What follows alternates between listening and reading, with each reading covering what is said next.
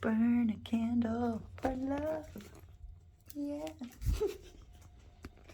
So we're still in an Airbnb, another one. My phone got broken.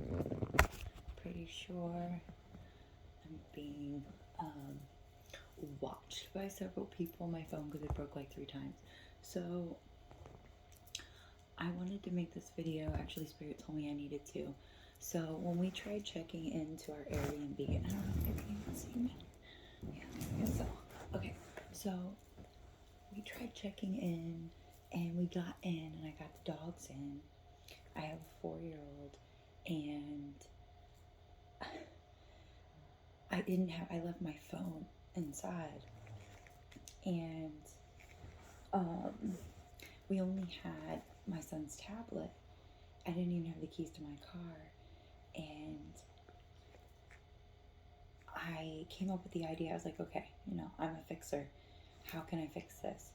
So without any Wi-Fi and any unlocked around in the neighborhood, I'm like, I saw that there was a hotel across the street, and we're in Fort Walton Beach, Florida. And I was like, okay, they'll be able to give me a passcode, and then I can get into my email and get the code. The code for this place is not like a 4-digit. It's like 3 digits, and then another 3 digits, and 4. So it's like a phone number. And yeah, so I had to get into my email anyway. I have my 4-year-old. My dogs are locked in here, and I had to put everything back in the car. And I was like, okay, we'll just make this a little adventure. You've got to make it lighthearted so it doesn't affect your kids, that they don't get worried, so you're not feeling that energy. And so I was like, oh, we're going to run over there, and we're going to, we got locked out. And I kept it very nice and cool. And I explained it to the woman behind the counter, hey, we got locked out of our Airbnb. I really need to connect to your internet so I can get the code so we can get back in. And she wasn't really that hesitant, and she gave me the passcode, which didn't end up working. We tried getting it to work, and then she offered me her phone. Well, the phone needed a 2-step verification, which I didn't have access to the tablet to agree to it, and my phone was locked in the Airbnb. So that was kind of a dead end. So I thanked her, and we left, and we went to the next hotel. And given, we've been on the road now for about 6 or 7 hours, and I go in, and it's a more, not so much like a motel hotel, but a hotel. And the lady behind the counter was helping a guest. So I sat down with my son, trying to get him not to climb on everything because he's very antsy, and so was I. I was very tired. I wanted to get cleaned up and eat. And after all that, I asked if we could use the internet, obviously. And she goes, no, you have to have a room in order to use the internet. And I'm not going to argue, and I had everybody staring at me, so I was like, okay. And my son's like, of course, are we going back over there? No. They wouldn't let it, they couldn't let us use the internet. And so we went to the next hotel down the street. And when I got up there, it was the glass, and this woman came up, can I help you? And I was like, we've gotten locked out. Again, the same story. Can we, very happy and cheery, not like in distress or anything, holding it together, even with my kid going a little crazy on me, not really understanding the situation. And she, when I explained it to her, saying, the past 2 hotels, well, I had said the last hotel, since we didn't have a room, wouldn't let us. And she goes, oh yeah, no, we can't. I was like, so I ended up getting a little bit frustrated, and I was like, we're going to literally have to sleep outside. Like, can we just use your internet? And she just got really upset. Was like, no. They're right. Like, how do I know you're not going to use the internet for the next week? Like, some really off the wall accusations. And I was just like, wow, okay, I guess this is like a tourist area, or people aren't that truthful and honest. So of course, why would I argue? There's no point in wasting my energy.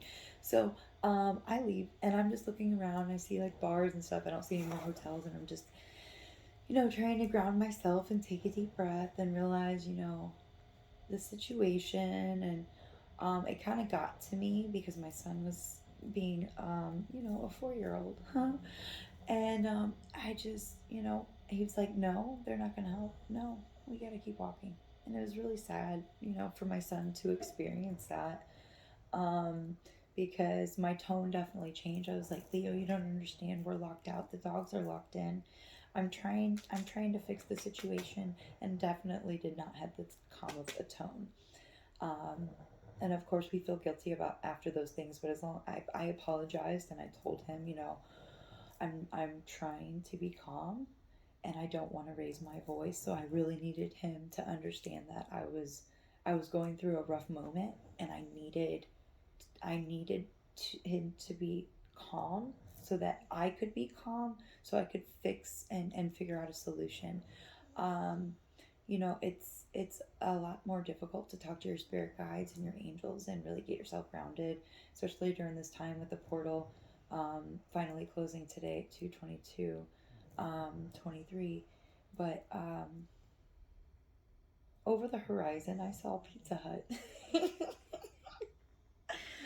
um, it was I was just standing outside using their internet at first, and I got in, and I had never signed into Airbnb on this tablet. It's brand new. We had to get him a new one. And or I had to get him a new one. And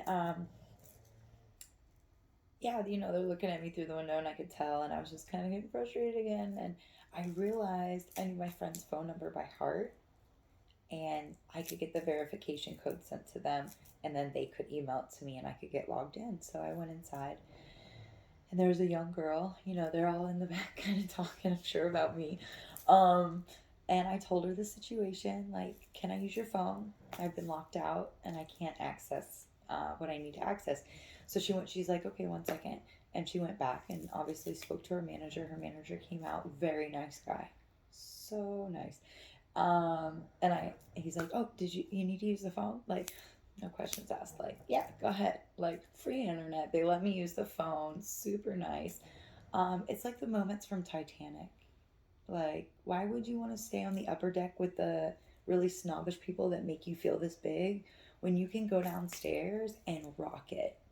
And I mean rock it, like just get to dance, like you're so light around them. You can be yourself. You don't feel like every move you're gonna make is gonna set them off. So anyway, that's what I got from him. And when he heard that I had the dogs, he's like, "Oh my god, you have dogs and they're locked in there! Like, I'm really gonna help you now." And anybody, however they treat their animals, that's how they're gonna treat you. So, long story short, I'm so thankful to this guy at the Pizza Hut in at Fort Walton Beach, Florida, because here I think it's Miracle. Yeah, it was just it was my heart just fluttered like good karma. Like you have so much good karma coming to you that I forgot his name actually, or I didn't catch it. I just know I was very grateful. I was just like, thank you, thank you, thank you, thank you, thank you. Like, there's more lessons in there. I know while I go over that. But I was told to video it and post this because it's a life experience and it happened to us yesterday, and there was a very good chance that if I simple things like being grateful that we have this. If I wouldn't have had this, I wouldn't have had a way to access it, um, which would have made it dang near impossible. Not impossible, but just the little things. Be very grateful for all of the little things that do go right, because when the big things happen, as long as you keep pushing towards the outcome that you want and you know that you're going to get it, you don't know how many tries you're going to attempt and fail at, but the vulnerability is a lesson that we all need to learn. and so that we can realize that you don't know that person's story, and to try and take their what they say as the honest truth, because you never know when you might be leaving somebody out in the cold that simply made a mistake of shutting the door. Okay, so I'm gonna leave it there. I love you guys. Peace.